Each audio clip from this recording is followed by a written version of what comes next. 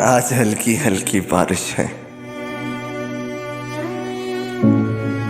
और सर्द हवा का रक्स भी है। आज फूल भी बिखरे बिखरे हैं और इनमें तेरा अक्स भी है। आज बादल गहरे गहरे हैं और चांद पर लाखों पहरे हैं। कुछ टुकड़े तुम्हारी यादों के बड़ी देर से दिल में ठहरे हैं।